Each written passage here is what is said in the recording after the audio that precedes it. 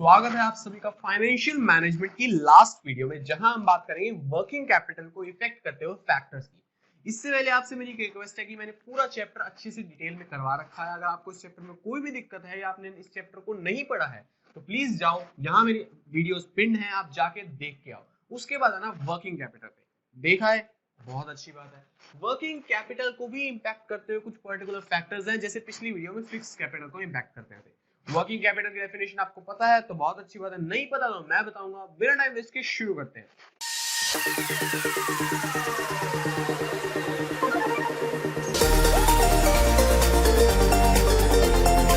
Current assets पता है क्या होती है? करंट लायबिलिटीज पता है क्या होती है? पता है तो बहुत अच्छी बात है यार, नहीं पता तो मैं अभी बता देता हूं आपको कि वो सारी एसेट्स जो इजीली कैश में कन्वर्ट हो सकती है, यानी कि विद इन 1 ईयर। यानी कि आपकी वो वाली एसेट्स जो आपको 1 ईयर के अंदर अंदर आपका बेनिफिट दे देंगी, 1 ईयर के अंदर अंदर कैश में कन्वर्ट हो जाएंगी, वो होती है करंट एसेट्स। करंट लायबिलिटी वो सारी लायबिलिटी जिनको आपको 1 ईयर के अंदर अंदर पे करना है, आने वाले एक फाइनेंशियल ईयर के अंदर अंदर आपको उस लायबिलिटी को खत्म करना है, वो होती है करंट लायबिलिटीज। करंट एसेट में बेसिक चीजें आएंगी कैश, इन्वेंटरी और डेटर्स। ये तीन चीजें गिनी जाती है बेसिकली करंट एसेट्स में। और करंट लायबिलिटीज में क्या हो सकता है? शॉर्ट टर्म लोन्स, क्रेडिटर्स, ये सब चीजें जिनको हमने विद इन 1 ईयर पेमेंट करनी है, वापस हमें अपनी लायबिलिटी चुकानी है। तो वर्किंग कैपिटल क्या होता है यार? वर्किंग कैपिटल वो कैपिटल है जो हमने करंट एसेट्स और करंट लायबिलिटीज में इन्वेस्ट कर दी। मतलब वर्किंग कैपिटल के देखो बेसिकली दो पार्ट्स होते हैं, एक होती है नेट वर्किंग कैपिटल, एक होती है ग्रॉस वर्किंग कैपिटल। अगर मैं बात करूं नेट वर्किंग कैपिटल की तो होती है करंट एसेट्स माइनस, अगर मैं करंट एसेट्स की वैल्यू में से करंट लायबिलिटीज की वैल्यू को माइनस कर दूं तो वो आती है नेट वर्किंग कैपिटल। मतलब कि मेरे पास 1 लाख रुपए की करंट एसेट्स हैं और 70,000 की करंट लायबिलिटीज है, तो मेरी वर्किंग कैपिटल हुई 30,000। लेकिन अगर वही मैं बात करूं ग्रॉस वर्किंग कैपिटल की, तो that is nothing but current assets. यानी कि सिर्फ और सिर्फ करंट एसेट्स की वैल्यू ग्रॉस वर्किंग कैपिटल की वैल्यू है। मेरी ग्रॉस वर्किंग कैपिटल हुई 1 लाख रुपए और नेट वर्किंग कैपिटल हुई 30,000।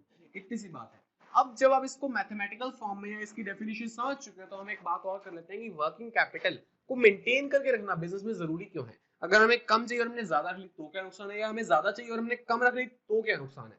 देखो इन दो चीजों पे चलती है सारी बात। मैंने आपको बताया फिक्स्ड कैपिटल में प्रॉफिटेबिलिटी हाई होती है लेकिन लिक्विडिटी लो होती है। यहाँ वर्किंग कैपिटल में वही सीन उल्टा है, लिक्विडिटी बहुत हाई है, आप विद इन 1 ईयर इनको कन्वर्ट कर सकते हो, और प्रॉफिटेबिलिटी लो है, ये आपको ज्यादा प्रॉफिट नहीं देते यार। प्रॉफिट जो आएगा वो मेजरली फिक्स कैपिटल से आएगा।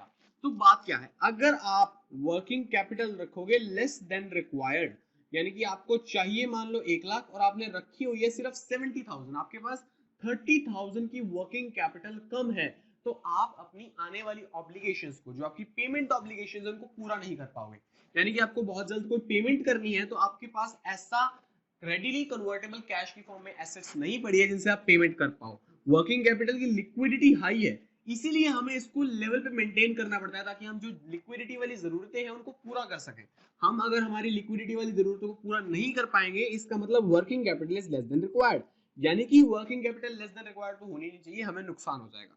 और व्हाट इफ अगर working capital is more than required? Working capital हमें चाहिए 1 लाख लेकिन हमने रख रखी है 1.5 लाख, तो हमने जो 50,000 एक्स्ट्रा रखे हैं ना, वो एक अलग टाइप का नुकसान है। आप कॉमर्स में आ गए तो एक बात याद रखना, पैसे का ना आना पैसे का जाना होता है। मतलब अगर आप कुछ नहीं कमा पा रहे हो, मतलब आप अगर प्रॉफिट में नहीं हो तो आप लॉस में हो। अगर आप हर साल 10 लाख प्रॉफिट कमाते हो एवरेज, और आपने एक साल 950 कमा लिया, तो वो एक तरह से 50,000 का लॉस गिना जाएगा। वही बात यहाँ आती है कि हमने जो 50,000 रुपीज एक्स्ट्रा वर्किंग कैपिटल में रख दिए, उससे हमारी प्रॉफिटेबिलिटी तो मर गई, बिल्कुल खत्म होगी प्रॉफिटेबिलिटी। लेकिन अगर इसी 50,000 को हम फिक्स्ड कैपिटल में इन्वेस्ट करते, अगर इसी 50,000 को हम फिक्स्ड कैपिटल में इन्वेस्ट करते तो हमारी प्रॉफिटेबिलिटी बूस्टअप हो जाती। समझ रहे हो ना बात? कि ये 50,000 हमारे पास फंड्स थे, हमारे पास पैसा था जो हमने फाइनेंसिंग डिसीजन करते हुए इकट्ठा किया। अब इन्वेस्टिंग के टाइम इसको लगाना है, हमने लगा दिया वर्किंग कैपिटल में जहां इसकी कुछ खास जरूरत ही नहीं है, तो ये बड़ा बड़ा वेस्ट हो रहा है। जो फंड्स हैं अगर उनको हम फिक्स में लगाएंगे तो हमें फायदा मिलेगा, लेकिन यहाँ पड़े पड़े ये वेस्ट हो रहे हैं। ये बात है। तो ना हमारे पास लेस देन रिक्वायर्ड होने चाहिए, ना मोर देन रिक्वायर्ड होने चाहिए। तो जो भी लोग पिछली वीडियो नहीं देख के आए यार, मैं तो पूरा चैप्टर कह रहा हूँ, लेकिन स्पेशली पिछली वीडियो फिक्स्ड कैपिटल वाली जरूर देख के आओ, क्योंकि मैं काफी बातें रिलेट करने वाला हूँ। मैंने आपको बताया नेचर ऑफ बिजनेस में क्या होता है, ट्रेडिंग मैन्युफैक्चरिंग, वहां ये दो ही थे। अगर ट्रेडिंग है तो फिक्स कैपिटल चाहिए आपको लो, और अगर मैन्युफैक्चरिंग है तो फिक्स कैपिटल आपको चाहिए हाई। यहाँ पे भी सेम सीन है, अगर ट्रेडिंग है तो आपको वर्किंग कैपिटल भी चाहिए कम, लेकिन अगर मैन्युफैक्चरिंग है तो आपको वर्किंग कैपिटल चाहिए हाई, ऑल ओके। लेकिन अगर सर्विसेज वाली इंडस्ट्री है, जैसे कि बैंकिंग, इंश्योरेंस या फिर शिपिंग, ऐसा कुछ कोरियर सर्विसेज वगैरह आप देते हो, तो आपको वर्किंग कैपिटल रिक्वायरमेंट काफी लो चाहिए। यहाँ तीन एस्पेक्ट हो जाते हैं, ट्रेडिंग, मैन्युफैक्चरिंग और सर्विसेज, इतनी सी बात है। अब बढ़ते हैं अगले पॉइंट पे जो उसकी तरह सेम है, scale of operation. Scale of operation अगर हाई तो हमारी वर्किंग कैपिटल रिक्वायरमेंट भी हाई, स्केल ऑफ ऑपरेशन अगर लो तो हमारी वर्किंग कैपिटल रिक्वायरमेंट भी लो, सेम बात थी। अब बढ़ते हैं तीसरे पॉइंट पे।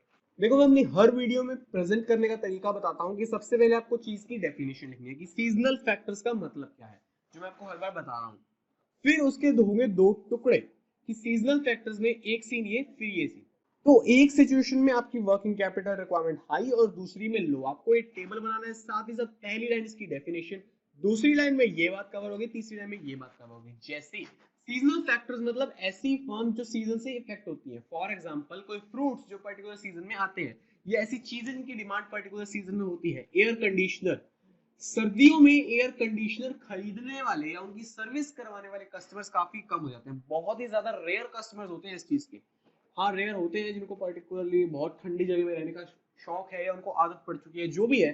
तो जब भी गर्मियां हैं तो एयर कंडीशनर वाली फर्म का पीक सीजन है। सीजन फैक्टर की डेफिनेशन बता दो कि सीजन टू सीजन कुछ फर्म का बिजनेस मैटर करता है, यहाँ आ जाएगा पीक सीजन, यहाँ आ जाएगा नॉर्मल सीजन। सर्दियां इनका नॉर्मल सीजन है और गर्मियां इनका पीक सीजन। जब इनका पीक सीजन है तब इनको वर्किंग कैपिटल ज्यादा रखना पड़ेगा, क्योंकि बहुत ज्यादा सेल परचेज हो रही है, आपकी फर्म बहुत ज्यादा एक्टिव है, इस कारण से वर्किंग कैपिटल रिक्वायरमेंट ज्यादा होगी। और जब इनका नॉर्मल सीजन है तो इनकी वर्किंग कैपिटल रिक्वायरमेंट नीचे आ जाएगी, इतनी सी बात है। अब बढ़ते हैं चौथे पॉइंट पे। समझ गए इसको प्रेजेंट कैसे करना है, हर एक चीज को वैसे ही प्रेजेंट करना है। केस स्टडी आएगी, आपको आइडेंटिफाई करना है पॉइंट कौन सा है और उसको ऐसे ही डिटेल में समझाना है। अब बढ़ते हैं चौथे पॉइंट पे जो है क्रेडिट अवेल्ड, और पांचवा पॉइंट क्रेडिट अलाउड। बिल्कुल सिंपल है, लिंक करके पढ़ेंगे बहुत आसानी से। क्रेडिट अवेल्ड दो तरीके का हो सकता है, इजी और डिफिकल्ट, और क्रेडिट अलाउड भी इजी और डिफिकल्ट। क्या मतलब, सबसे पहले हम क्रेडिट अवेल्ड की बात करते हैं। देखो हमारी फर्म को मार्केट से कितने इजी टर्म्स पे क्रेडिट मिल जाता है। अगर हमारी फर्म इजीली क्रेडिट को अवेल कर सकती है, यानी कि हम जो गुड्स खरीदने हैं वो क्रेडिट पे खरीद सकते हैं, और डिफिकल्ट यानी कि क्रेडिट हमें मार्केट नहीं देती। अगर हमारे पास क्रेडिट की अवेलेबिलिटी इजी है तो हमारी वर्किंग कैपिटल रिक्वायरमेंट होगी लो, और अगर डिफिकल्ट है तो वर्किंग कैपिटल रिक्वायरमेंट होगी हाई, क्योंकि हम जब क्रेडिट पे सामान खरीद सकते हैं तो थोड़ा बहुत कैश कम भी हो चलेगा, कोई दिक्कत नहीं है। यानी कि जब हम इजीली क्रेडिट को अवेल कर सकते हैं तो लो, डिफिकल्ट है तो हाई। यहां उल्टा है, अगर हमारी फर्म इजीली क्रेडिट अलाउ करती है बाकी फर्म्स को तो हमारी वर्किंग कैपिटल रिक्वायरमेंट होगी हाई, क्योंकि यार हम उनको दे रहे हैं सामान उधार पे तो हमारे डेटर्स बढ़ेंगे, यानी कि डेटर्स बढ़ रहे हैं तो साथ ही साथ हमें कैश और डेटर्स और इन्वेंटरी को हाईली मेंटेन करना होगा, इसलिए वर्किंग कैपिटल रिक्वायरमेंट हाई। और डिफिकल्ट है यानी कि हम बहुत रेयरली या बिल्कुल नहीं दे रहे क्रेडिट पे सामान, तो हमारी वर्किंग कैपिटल रिक्वायरमेंट लो। ये चीज है, 5 पॉइंट हो गए। अब बढ़ते हैं छठे पॉइंट की तरफ, जो है प्रोडक्शन साइकिल। तो प्रोडक्शन या ऑपरेटिंग साइकिल क्या होती है, देखो आपके गुड्स ना एक साइकिल से गुजरते हैं। आपके पास पहले था कैश, कैश से आपने खरीदा रॉ मटेरियल, रॉ मटेरियल को आपने किया मैन्युफैक्चर, मैन्युफैक्चर्ड माल को आपने किया ट्रांसपोर्ट, ट्रांसपोर्ट करने के बाद आपने गुड्स को दिया बेच, चाहे वो क्रेडिट पे चाहे वो कैश पे। कैश पे बेचा तो आपके पास कैश आ गया, क्रेडिट पे बेचा तो बने डेटर, डेटर से फिर कैश आ गया। यानी कि एक पूरी साइकिल चलती है, कैश से सामान खरीद के उस पर काम करके उसको बेच के फिर कैश। ये सारी साइकिल कंप्लीट होने में जितना टाइम लगता है उसको बोलते हैं प्रोडक्शन साइकिल या ऑपरेटिंग साइकिल या प्रोसेसिंग साइकिल। यानी कि आपने कैश से कैश कन्वर्ट कितने टाइम में किया, ये आपका 12 महीने भी हो सकता है, 12 से ज्यादा भी हो सकता है। जनरली अगर हमारा ऑपरेटिंग साइकिल 12 से कम का है तो उसको हम 12 का मान के चलते हैं इन टर्म्स ऑफ अकाउंट्स, लेकिन 12 से ज्यादा का है तो उसको 12 से ज्यादा जितना फिगर है उतना ही मानेंगे, 13 महीने, 15 महीने, 18 महीने, जो भी हो। अगर हमारा प्रोडक्शन साइकिल लॉन्ग है और हमारा प्रोडक्शन साइकिल शॉर्ट है, दो बातें आ गई कि लॉन्ग हुआ तो वर्किंग कैपिटल चाहिए ज्यादा और शॉर्ट हुआ तो वर्किंग कैपिटल चाहिए कम। क्यों भाई, हमारा प्रोडक्शन साइकिल लॉन्ग है, यानी कि आज जो कैश चला गया वो घूम के 18 महीने बाद आएगा, तो 18 महीने तक भी तो सर्वाइव करना है ना, तो हमें वर्किंग कैपिटल ज्यादा मेंटेन करना पड़ेगा ताकि उन 18 महीने में अच्छे से सर्वाइव कर ले। और शॉर्ट है मतलब बहुत जल्दी वो पैसा वापस आ जाएगा, तो वर्किंग कैपिटल कम ले लो तो भी कोई दिक्कत नहीं, कम अरेंज कर लो, कम मेंटेन कर लो, कोई दिक्कत नहीं। छठा पॉइंट है बिजनेस साइकिल, उसको और इसको बिल्कुल कंफ्यूज नहीं करना यार, ये आपके प्रोडक्शन से रिलेटेड है, वो आउटसाइड एनवायरनमेंट से रिलेटेड है, बताते हैं कैसे। तो एक बिजनेस का ना जनरल ग्राफ ऐसे होता है कि पहले उसके बिजनेस का स्लोप जाएगा अपवर्ड्स, फिर एक पॉइंट होगा मैक्सिमम जिसको हम बोलेंगे बूम, फिर वहां से वो आएगा नीचे, नीचे गिरेगा गिरेगा गिरेगा, एक ऐसे पॉइंट पे आ जाएगा जहां से नीचे उसने नहीं गिरना, उस पॉइंट को हम बोलते हैं डिप्रेशन, यानी कि वो डिप्रेशन में चला गया। उसके बाद वो चढ़ेगा ऊपर दोबारा बूम में आने के लिए, उसको बोलेंगे रिकवरी, और जब वो गिर रहा था उसको बोलेंगे रिसेशन। तो देखो चार बातें हैं, वो टॉप पोजीशन पे खड़ा है बूम, यानी कि सेल डिमांड सब हाई, फिर वो नीचे गिर रहा है वो रिसेशन, वो नीचे गिर के वहां पहुंच गया पीक पॉइंट पे वो डिप्रेशन, फिर वापस ऊपर चढ़ रहा है रिकवरी। तो या तो कोई बिजनेस एक टाइम पे बूम में होगा या डिप्रेशन में होगा। अगर वो बिजनेस बूम में है इसका क्या मतलब है कि उसकी वर्किंग कैपिटल नीड्स हाई होगी ऑब्वियसली, और जब वो डिप्रेशन में आ गया तो उसकी वर्किंग कैपिटल नीड्स लो हो जाएंगी, इतनी सी बात है। अब बढ़ते हैं सातवें पॉइंट पे जो है availability of raw materials. Availability of raw materials से पहले एक चीज समझो, लीड टाइम क्या होता है। लीड टाइम, आपकी फर्म ने रॉ मटेरियल को ऑर्डर किया, उस ऑर्डर करने के कितने दिन के अंदर अंदर वो रॉ मटेरियल आपको रिसीव हो जाता है। आप जो आपका सेलर है जिससे आप सामान खरीदते हो, उससे आपने सामान ऑर्डर किया, तो ऑर्डर करने के कितने टाइम बाद वो आप तक पहुंचा, वो होता है लीड टाइम। अब लीड टाइम हम समझ चुके हैं कि क्या होता है। अगर लीड टाइम है हाई और अगर लीड टाइम है लो, तो क्या सिचुएशन होगी, आप प्रैक्टिकल सोच लोगे तो बताओ। अगर लीड टाइम हाई है, मतलब मैंने आज ऑर्डर किया, मुझे एक हफ्ते बाद सामान मिल रहा है, तो एक हफ्ता मैं क्या करूंगा, मुझे मेरी वर्किंग कैपिटल हाई मेंटेन करनी पड़ेगी, क्योंकि मुझे काफी टाइम बाद लेट रिस्पॉन्स मिल रहा है। और अगर काफी लो है, मैंने आज ऑर्डर किया, आज शाम को मेरे पास रॉ मटेरियल हाजिर, तो मुझे मेरी वर्किंग कैपिटल लो रखनी है, कि हाई रखने की कोई खास जरूरत नहीं है यार, जब चाहो रॉ मटेरियल मिल जाएगा, आप और मैन्युफैक्चर करो और बेचो, काम आसान है आपका, इतनी सी बात। और इसको ना हम सिर्फ लीड टाइम के पर्सपेक्टिव से नहीं देखते, मतलब कितने इजीली अवेलेबल है, कितने कंटिन्यूअसली अवेलेबल है, तो बेसिक बात लीड टाइम की आती है। अब बढ़ते हैं अगले पॉइंट पे, लेवल ऑफ कंपटीशन। कितना सिंपल सा पॉइंट है, कंपटीशन या तो होगा हाई या होगा लो। कंपटीशन अगर हाई है तो आपको वर्किंग कैपिटल ज्यादा मेंटेन करना पड़ेगा, क्योंकि डिमांड ज्यादा है, कहीं ना कहीं कस्टमर को आपको अपनी तरफ अट्रैक्ट करना है, तो आपको वर्किंग कैपिटल ज्यादा रखना होगा अपने आप को बैकअप करने के लिए।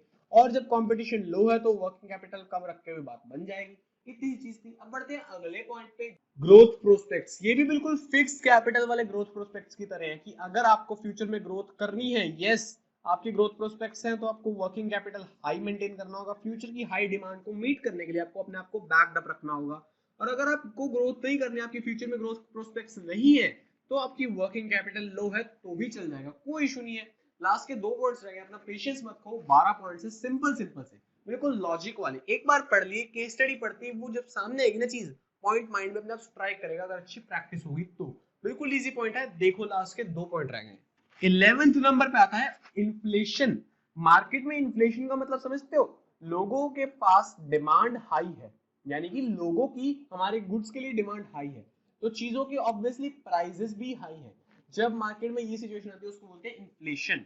जब मार्केट में हाई इन्फ्लेशन है, हाई इन्फ्लेशन, तो आपको वर्किंग कैपिटल ज्यादा रखनी है, और जब मार्केट में हाई इन्फ्लेशन नहीं है तो आपको वर्किंग कैपिटल लो रखनी है, इतनी सी बात है। जब मार्केट इन्फ्लेट है मतलब डिमांड बहुत ज्यादा है, चीजों के प्राइस बहुत ज्यादा है, तो कस्टमर को सेटिस्फाई करने से पहले आपके पास हाई वर्किंग कैपिटल अवेलेबल होनी चाहिए। अगर ऐसा कुछ सीन नहीं है तो वर्किंग कैपिटल कम रख लो, कोई चक्कर ही नहीं है। बस लास्ट पॉइंट पे बढ़ते हैं, जो है ऑपरेटिंग एफिशिएंसी। आप किस तरह से ऑपरेट करते हो।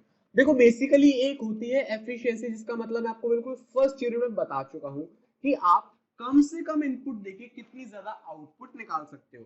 तो ऑपरेट करते हुए दो तरह की एफिशिएंसी होती है, एक होती है हाई एफिशिएंसी, एक होती है लो एफिशिएंसी। अगर आपकी फर्म के लोग हाईली एफिशिएंट है, मतलब कम इनपुट देके ज्यादा आउटपुट निकाल सकते हैं, तो आप वर्किंग कैपिटल लो रख लो, क्योंकि आप लो भी रखोगे ना तो भी आपके बंदे इतने ज्यादा एफिशिएंट है, इतनी एफिशिएंटली वो काम को ऑपरेट करेंगे कि आप अपनी प्रोडक्शन लेवल स्टेबल रख पाओगे, उतना रख पाओगे। लेकिन अगर आपकी एफिशिएंसी बहुत कम है तो आपको वर्किंग कैपिटल हाई रखनी होगी। क्यों? क्योंकि आपके बंदे कम सामान में से ज्यादा चीज नहीं निकाल सकते। आपके बंदे अगर कम सामान में से ज्यादा चीज निकाल सकते हैं तो आप लो रखो, कोई चक्कर ही नहीं है यार, क्योंकि उस लो में भी सर जाएगा। लेकिन अगर आपके बंदों में ऐसी क्वालिटी नहीं है, आपके पास क्वालिटी एंड कॉम्पिटेंट पर्सनल नहीं है, तो वर्किंग कैपिटल हाई चाहिए। बस यहाँ होते हैं हमारे 12 पॉइंट्स खत्म। एक बार मेरे साथ इन 12 पॉइंट्स को कर लो रिपीट, बहुत इजी है। पहले तो 3 पॉइंट्स हुए फिक्स्ड कैपिटल वाले, क्या क्या, scale of operation, nature of business और ग्रोथ प्रोस्पेक्ट्स। फिर 2 पॉइंट्स पेयर में बिजनेस साइकिल और ऑपरेटिंग साइकिल। फिर 2 पॉइंट्स पेयर में क्रेडिट अवेल्ड, क्रेडिट अलाउड। उसके बाद level of competition, availability of raw material.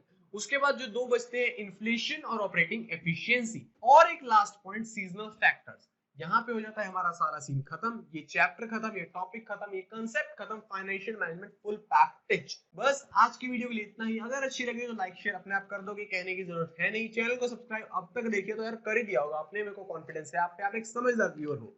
और आपके माइंड में कुछ भी कंस्ट्रक्टिव से चल रहा हो जिससे मैं अपने चैनल को बेटर कर सकूं, तो नीचे कमेंट्स में डाल दो, चाहे वो बुरा हो। मैं आपके नेगेटिव पॉइंट ऑफ व्यू से भी कुछ सीखना चाहता हूँ कि मुझे कुछ, आपको कुछ गलत लग रहा है तो मैं उसको सही करूँ। बस आपके मन में जो भी है नीचे डाल दो, और मेरे सोशल मीडिया हैंडल्स है, वहां जाकर मुझे डीएम भी कर सकते हो, कोई क्वेरी है, कोई सजेशन है, कुछ भी है, जाओ यार।